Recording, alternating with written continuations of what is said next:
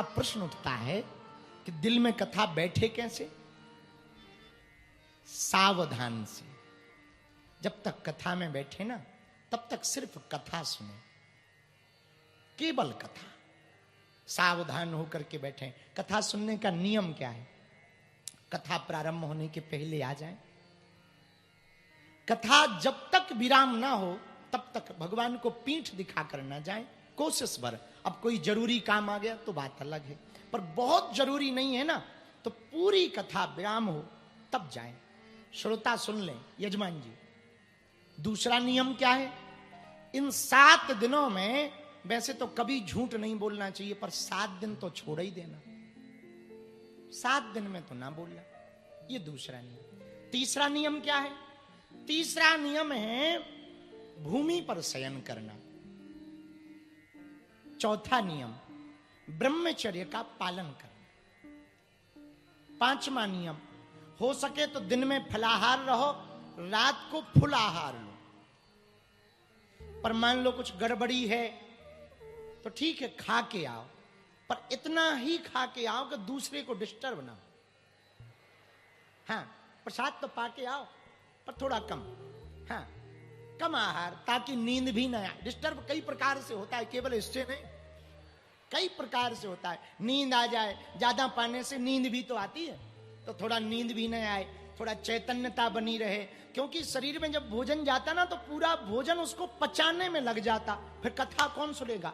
पड़ोसी। इसलिए कम आहार पाके आओ। 5वां नियम, वो भी बहुत अच्छा नियम है। इन 7 दिनों में स्वस्ति तिलक मस्तक पर लगाना और वैष्णव मंत्र का जप करना। गुरु जी का कोई मंत्र दिया हो, राम नाम, या आपको जो मंत्र प्रिय लगता हो, आप जिनके उपासक हो, वो मंत्र जप करना। 6वां नियम, आहार पाएं पर वही आहार भोजन खाएं जो ठाकुर जी को जिसका भोग लगाया जा सके। हम दरबार में बैठे थे, तो एक बार हमसे गलती हो गई।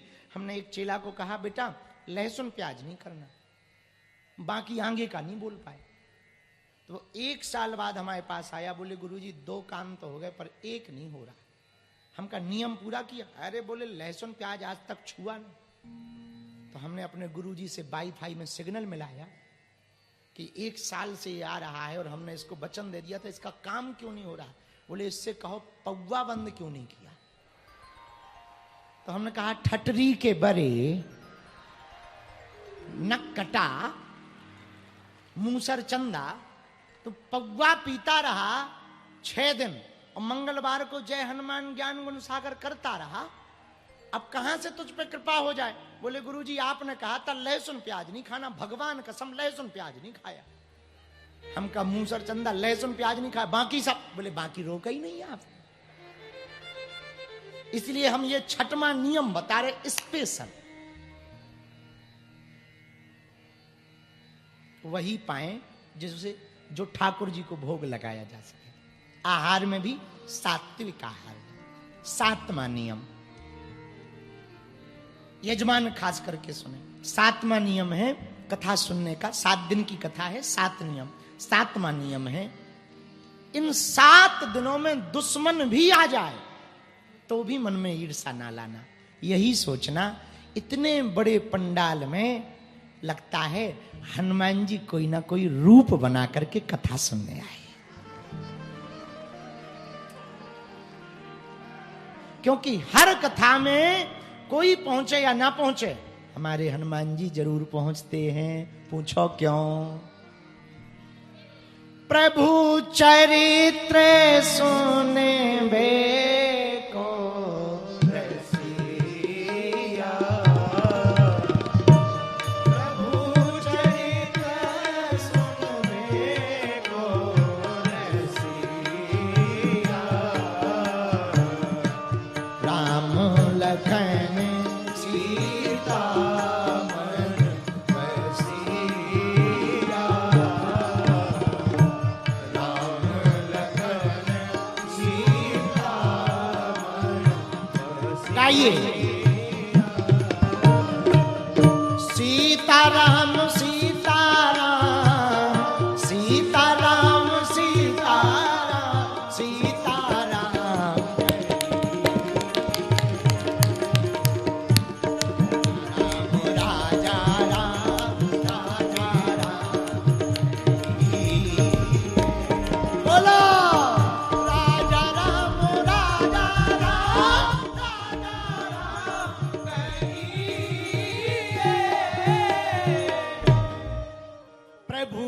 चरित्र सुनबे को रसिया। हाँ, गाओ गाओ।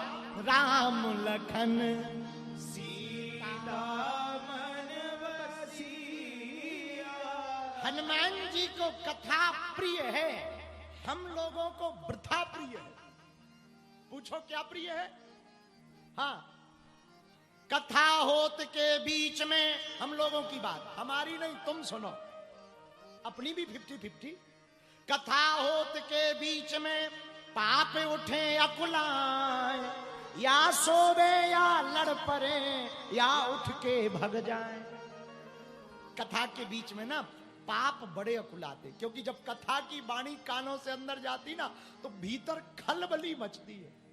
जैसे बहुत नींबू पी लेने से पेट में खलबली मचती ना, वैसे ही कथा सुनने से पापों को खलबली मचती है कि ये क्या हो गया।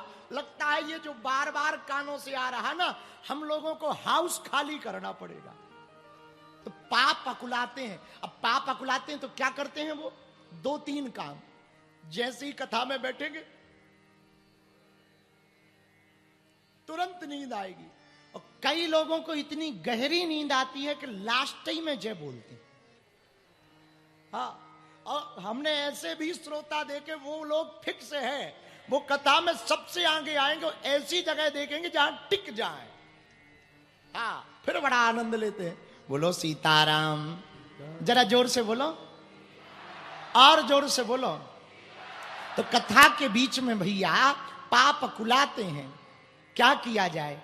सावधान, इसलिए कम भोजन पाएं। इन 7 दिनों में किसी से ईर्ष्या ना करना, ये 7वां नियम है, किसी से ईर्ष्या ना करना। क्यों?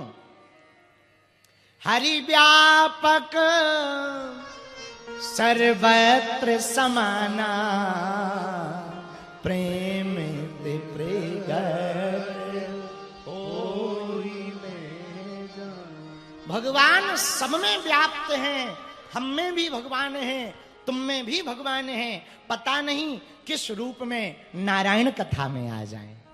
हो सकता आपके बगल में जो बैठे हों वो दिखाई पड़ रहे हो कि ये फलाने जी हैं, पर हो सकता हनुमान जी हो, रूप बनाकर आ गए हो भ्रमित करने के लिए। हम लोगों की बुद्धि थोड़ी उनको पा सकती क्या? साधारण मति थोड़ी हनुमान जी को पा सकती क्या? ठाकुर जी को पा सकती क्या? उनकी कोई लीला हो। इसलिए भैया इस कथा में जितने श्रोता है, कुछ श्रोता हमने देखे हैं सबसे बाद में आते हैं, पर वो सबसे आगे बैठना चाहे, एक दूसरे के ऊपर चढ़ते। अरे भाई, जहां जगह मिले ना, वो देखो सबसे लास्ट में लोग खड़े हैं, आनंद ले रहे हैं। श्रोता ऐसे ही होने चाहिए, जहां मिले वहां बैठकर के भगवान की कथा सुननी चाहिए। बोलो सीताराम। अब दूसरी बात, महाराज ये 7 दिन का नियम तो हम करेंगे, पर कथा में ऐसा क्या है जिससे कृपा होती है? जरा बताओ भैया। कथा में महात्मा कीर्तन गाते हैं, भगवान की मधुर मधुर मंगल मंगलमयी कथाएं सुनाते हैं, भगवान की लाड़ प्यार की कथा, प्रेम की कथा सुनाते हैं, भगवान के स्वरूप का वर्णन करते हैं, भगवान की लीला का वर्णन करते हैं, भगवान के चरित्र का वर्णन करते हैं, भगवान के श्रृंगार का वर्णन करते हैं, भगवान की दिव्य दिव्य महिमाओं को गाते। तो भैया ना जाने ऐसी कौन सी बात है जो चित्त में बैठ जाए और उस बात के कारण चित्त चोर भी हमारे चित्त में चिपक जाए। इसीलिए कथा में बहुत फल है भैया, बहुत फल है, बहुत लाभ है।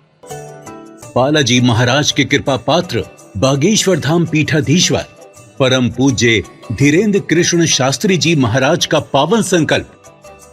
मध्य प्रदेश में छतरपुर के ग्राम गढ़ा में बनेगा विश्व स्तरीय कैंसर अस्पताल एवं रिसर्च सेंटर, जिसकी आधारशिला देश के यशस्वी प्रधानमंत्री नरेंद्र मोदी जी के कर कमलों से रखी जा चुकी है। 200 करोड़ रुपए की लागत वाले 100 बेड के इस अस्पताल में गरीबों का होगा मुफ्त इलाज। ये बहुत बड़ा अवसर है, बहुत बड़ा काम है। संकल्प बड़ा हो, संतों के आशीर्वाद हो, प्रभु की कृपा हो, तो समय सीमा में सब पूर्ण होता है। हमारे प्रियजनों, बागेश्वर धाम पूरे भारत के लोगों, अभी तक अस्पतालों में मंदिर थे, अब मंदिर में अस्पताल होगा। कैंसर हॉस्पिटल निर्माण हेतु सहयोग देकर पुण्य के भागी बने